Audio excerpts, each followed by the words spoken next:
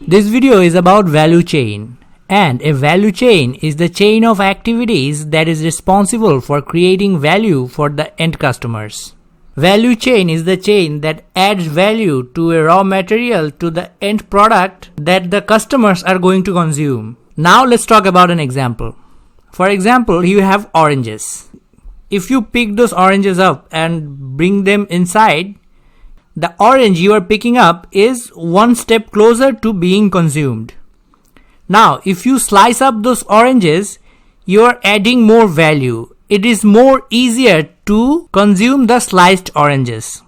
Now, if you are squeezing those oranges, that would be more added value to the oranges. If you store the juice of the orange, you have more added value. And lastly, if you make better containers to store those orange juices, that is much more better added value. Lastly, the customers are going to drink the orange juice from those bottles. So you started with oranges and ended with orange juice that the customers can consume. All of the things that happened in the way were value-adding activities. And the departments that were involved in the value-added activities will be called value chain. Now I will be talking a little bit more formally about the value chain. To be more specific, I will be talking about Porter's value chain. Now, before I start, you have to understand that Porter's value chain has primary activities and supporting activities. Let's think of this line as the end product line. At the right side of this line, the consumers are standing and they are ready to consume the product. Now, on the left side of the line, you have the value chain. What does the value chains have? First of all, it will have inbound logistics. Inbound logistics is about arranging the raw materials that are inbound to the company. Meaning, whatever the things that the company is bringing inside is inbound logistics. If a smartphone producing company is bringing in microchips from an outside company, that would be inbound logistics, meaning the microchips are getting inside the company. I'll talk about outbound logistics in a minute. Before outbound logistics, you have operations. Operations are concerned with managing the process that converts the input into output. This is where the magic will happen. Operations is where the raw materials is going to become the finished goods. Yes, this is where the actual product is made. Then you have outbound logistics. In inbound logistics, I said that the things that are coming into the company will be part of inbound logistics. The things getting outside of the company will be part of outbound logistics. This is the process related to the storage and movement of the final product. After the main product is completed in the operations department, this main product has to go to the customers. The way that this main product goes to the customers is through outbound logistics. You also have to have marketing and sales. The job of marketing and sales is to making the customers aware of the product. I have talked about it in my channel before. If the customers don't even know that your product exists, how are they going to get the products in the first place? The marketing and the sales people are going to let the customers know that, hey, we exist. We are better than our competitors. You can try us out. Marketing and sales does not always deal with the customers. They can deal with the clients, partners, and societies at large. It is also the job of marketing and sales to get the product available on the shelves so that the consumers can see them and buy them. And lastly, you have service. Service meaning customer service, after sales service. It also includes all of the activities required to keep the product working effectively for the buyers after it is sold and delivered. So, if the customers have any problems that they are facing with the product after being sold, the service department is going to have to deal with that. They have to correct the product, or they might have to replace the product as a whole. All of these were examples of primary activities. These are the primary things that you have to have in any value chain. You cannot have a value chain without the primary activities.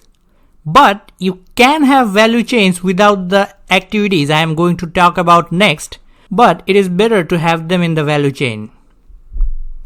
First of all, you have procurement. Procurement is the activity of acquiring goods and services, meaning the raw materials from outside of the company to inside the company. What is the difference between procurement and inbound logistics? Not very much. Procurement is the department that deals with much more details about from where and how the raw materials and goods and services are coming inside the company from outside.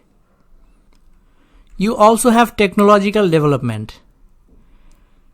Technology in value chain pertains to the equipment, hardware, software, and other things with technical knowledge brought to bear in the firm's transformation of inputs into outputs.